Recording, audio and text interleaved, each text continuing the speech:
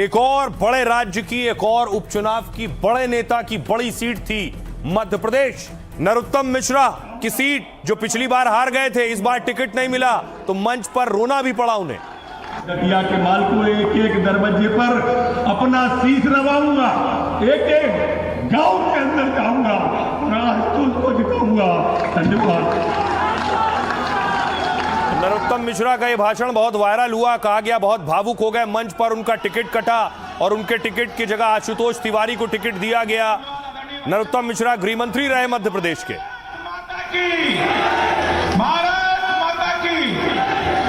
दतिया के माल को एक एक दरवाजे पर अपना शीश नवाऊंगा, एक एक गांव के अंदर जाऊंगा और आज तुझको जिताऊंगा।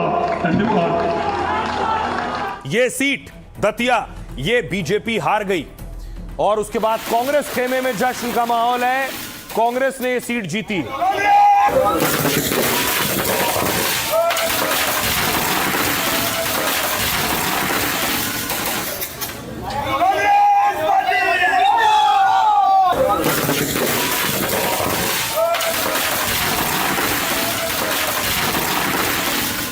और न सिर्फ कांग्रेस के लिए दिवाली है बल्कि कांग्रेस के लिए होली भी है। कांग्रेस के कार्यकर्ता नाच रहे हैं, गा रहे हैं, ढोल नगाड़े बजा रहे हैं, मिठाइयां बांट रहे हैं।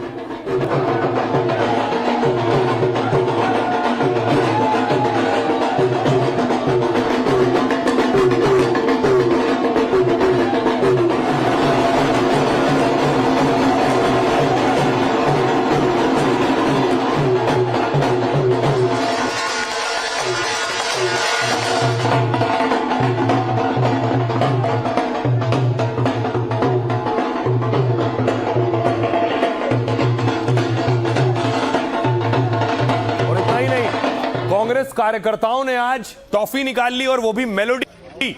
कांग्रेस कार्यकर्ता मेलोडी टॉफी बांट रहे थे। मेलोडी पर बहुत बवाल हुआ, आपको याद होगा।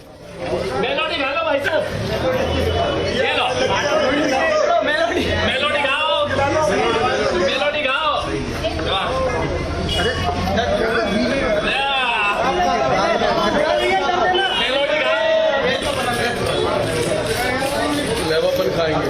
अब देखिए जरा दतिया का जो रिजल्ट आया, नतीजे आए, क्या कहता है रिपोर्ट कार्ड, कैसे बीजेपी ये सीट हार गई।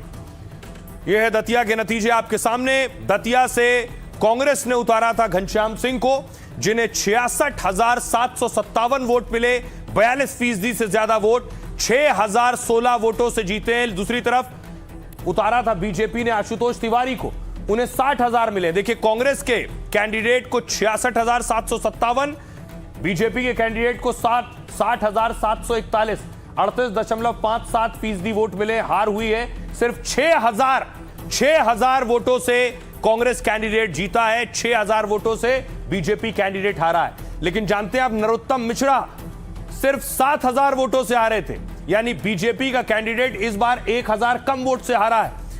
कांग्रेस के कैंडिडेट राजेंद्र भारती को 88,977 वोट मिले थे और बीजेपी के कैंडिडेट नरोत्तम मिश्रा को 81,235 वोट मिले थे। 50% से ज्यादा वोट कांग्रेस को मिले थे। बीजेपी को 45.96% वोट, 7,742 वोटों से उस वक्त नरोत्तम मिश्रा ये सीट हार गए थे। इस बार वो उम्मीद कर रहे थे उन्हें टिकट मिलेगा, उन्हें टिकट नहीं मिला। टिकट आशुतोष तिवारी को दिया गया, वो भी 6,000 वोट से हार गए। सुनिए जरा क्या कह रहे हैं सियासतदान। मैं तैयार हूँ, आप आइए, खिलाएंगे। जीतू पटवारी जी भी परसों आ रहे हैं। किस तरह की खुशी और जश्न मनाएंगे आप आज? मिठाई बटेगी, मिठाई खिलाएंगे। लोगों ने कहा और बाकी जनता क्या कैसे मनाएगी, ये कार्यकर्ता कैसे मनाएंगे पता नहीं। कहा कि वो बाहर के प्रत्याशी चौड़ा से विधायक रहे। बाहर से कहाँ से हूँ इतना, मैं 400 साल से मेरे पूर्वज यहाँ रह रहे हैं, इसी किले में रह रहे हैं, मुझे बाहर से क्या कैसे कह सकते। पहले ये तो तय हो कि भीतरघाती कौन है, नेतृत्व संज्ञान में लेगा। अगर लेकिन आपने कहा है कि भीतरघात हुआ है तो भीतरघातियों से मेरा केवल इतना ही कहना है कि जो ऐसे भीतरघाती हैं कि भारतीय जनता पार्टी को मां कहते हैं और मां के साथ फिर इस प्रकार का मजाकिया अंदाज करते हैं, मुझे लगता है दूसरा पक्ष उनको भावनात्मक रूप से भी सोचना चाहिए। अपने मस्तिष्क में इस हद तक की राजनीति नहीं रखना चाहिए। दतिया चुनाव कांग्रेस की सीट कांग्रेस के पास है। ये अलग बात है कि पिछले विधानसभा चुनाव से भी हमने 1700 वोट ज़्यादा पाए हैं। लोकतंत्र में चुनाव इसी बात के लिए कहते हैं हमने अपनी बात रखी, कांग्रेस ने अपनी बात रखी, जनता ने जो निर्णय किया हम उसको सिरोधारी करते हैं और उम्मीद करते हैं आने वाले चुनाव में और ताकत से लड़ेंगे और जीतेंगे। दतिया की जनता के सिर पर है, कार्यकर्ताओं के सिर पर है। हमारे नेता माननीय जीतू पटवारी को इसकी क्रेडिट जाती है। समाजवादी पार्टी हमारा सहयोगी गठबंधन था, उनको जाती है।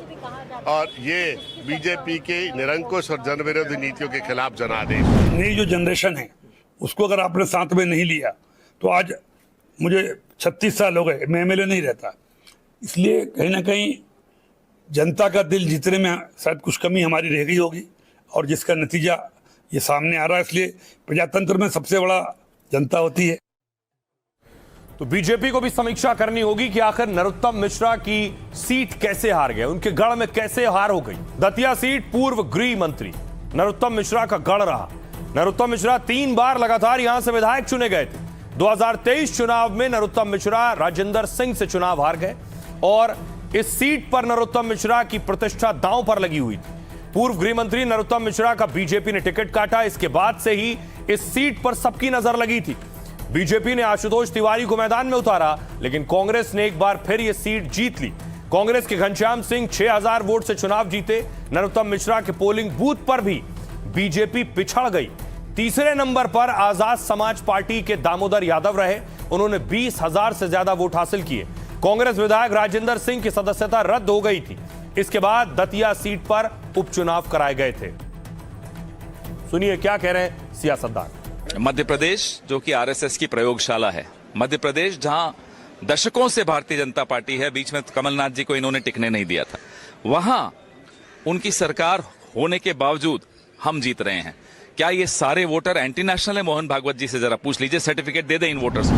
तमाम मुद्दे हैं जो प्रदेश के मुद्दे वहाँ दतिया के मुद्दे थे और निश्चित तौर से जनता में एक वोट देना चाहती थी। पहले भी वहाँ पे स्थानीय मुद्दे भी थे, आतंक के खिलाफ कांग्रेस को पहले भी जिताया था, वो भी व्यापारी वर्ग चाहता था कि हम दोबारा आतंक नहीं होने दें।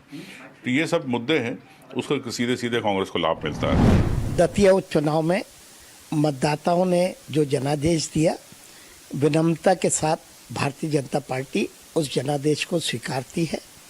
हम परिणामों की समीक्षा करेंगे और समीक्षा का जो भी निष्कर्ष आएगा उस अनुसार पार्टी अपनी आगामी रणनीति तय करेगी। धन्यवाद दतिया की सारी जनता जनार्दन को, जिन्होंने मध्य प्रदेश की जो असली स्थिति थी, जो अखंड पराकाष्ठा थी आतंक की, अहंकार की, करप्शन की, भ्रष्टाचार की, उस चेहरे को बेनकाब कर दिया।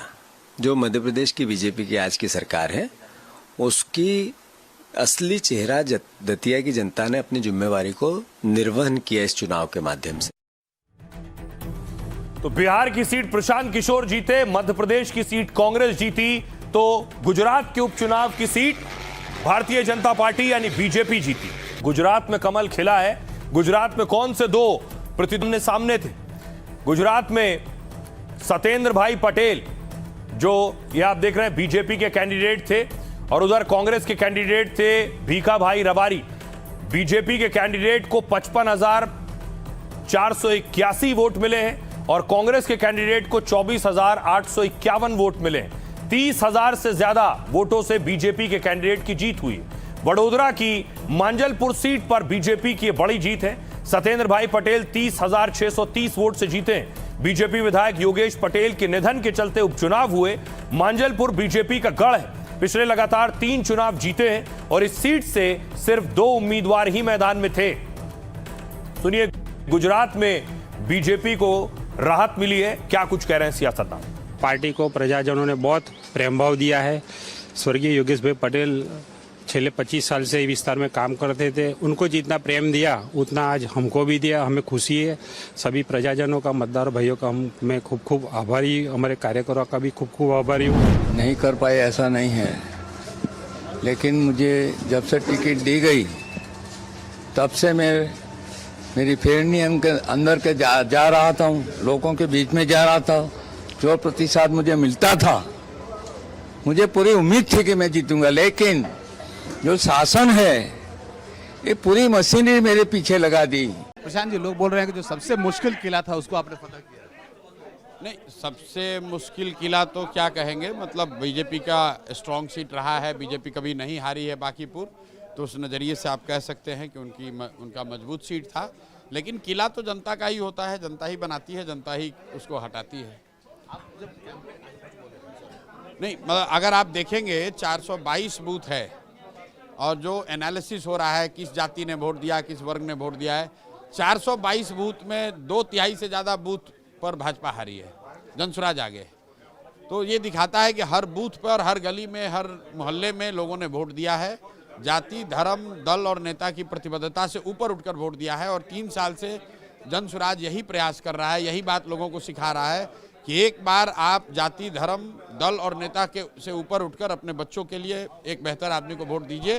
बांकीपुर की जनता ने उस बात को सुना है, समझा है, उसके लिए मैं उनका आभार व्यक्त कर रहा हूं और कोशिश करेंगे कि जिन लोगों ने ये विश्वास व्यक्त किया है उनके साथ मिलकर उनके जीवन में बेहतरी आए, उसके लिए प्रयास करेंगे। आपने बोला भी कि हम नाली और गली पर ये चुनाव नहीं लड़े हैं, हमारा लार्जर इशू है, और आपने सीधे मुख्यमंत्री पर हमला किया। नहीं, लार्जर इशू ये है कि बिहार तो बांकीपुर के एक विधायक से नहीं सुधरेगा। बिहार तो तब सुधरेगा जब बिहार में अच्छे आदमी मुख्यमंत्री हों। तो ये जरूर मुद्दा रहा है हम लोगों का, और हम लोग ये बार बार कह रहे हैं कि बिहार की जनता ने मैंडेट बीजेपी को दिया है, एनडीए को दिया है। अगले 4 वर्ष भाजपा की ही सरकार रहनी है, तो हम लोग का ये पूरा प्रयास है कि ये दबाव बनाकर रखें, भाजपा के नेतृत्व को ये संदेश देते रहें। और बांकीपुर की जनता ने उसमें अपनी आवाज़ जोड़ी है, अपना सहयोग दिया है। जहां भाजपा के नेतृत्व को ये बात बताने का प्रयास है कि आप किसी अच्छे आदमी को बिहार का मुख्यमंत्री बनाइए, वो कुशवाहा हो या किसी अन्य जाति का हो, इससे फर्क नहीं है। आदमी अच्छा होना चाहिए ताकि बिहार में पढ़ाई की बात हो, बिहार में रोजगार की बात हो, बिहार में पलायन बंद करने की बात हो। आखिर मोदी जी अगर गुजरात की चिंता कर रहे हैं, मोदी जी अगर यूपी की चिंता कर रहे हैं, मध्य प्रदेश की चिंता कर रहे हैं, तो बिहार भी तो भारत का हिस्सा है। हम लोगों ने भी तो वोट दिया है मोदी जी को। तो ये मोदी जी की जिम्मेवारी है कि बिहार में सबसे काबिल आदमी को मुख्यमंत्री बनाएं ताकि यहाँ पर शिक्षा हो, रोजगार हो, पलायन बंद हो। विधानसभा में जो आपकी पार्टी का प्रदर्शन रहा था, उसके बाद एक तरह से ऑक्सीजन मिल गया जनसुराज को। देखिए, पार्टी का लोकतंत्र है, कभी आप जीतेंगे, कभी हारेंगे। अभी भाजपा यहाँ हारी है, इसका मतलब ये नहीं है कि भाजपा की ताकत कम हो गई। भाजपा का जो अपना विचार है, अपना प्रयास है, वो तो जारी रहेगा। आज जो बांकीपुर में हम लोग की जीत हुई है, अगर मैं 3 साल वो प्रयास नहीं करता तो थोड़ी ना हमको आज बांकीपुर के लोगों ने जिताया होता। तो अगर आप ईमानदारी से समाज में लगकर प्रयास कर रहे हैं तो आज नहीं तो कल उसका परिणाम आपको दिखेगा, वो बांकीपुर में कल दिखा है। अब आगे का एजेंडा क्या है प्रशांत किशोर का? आगे का एजेंडा बिल्कुल क्लियर है कि बिहार में एक अच्छा आदमी मुख्यमंत्री बने।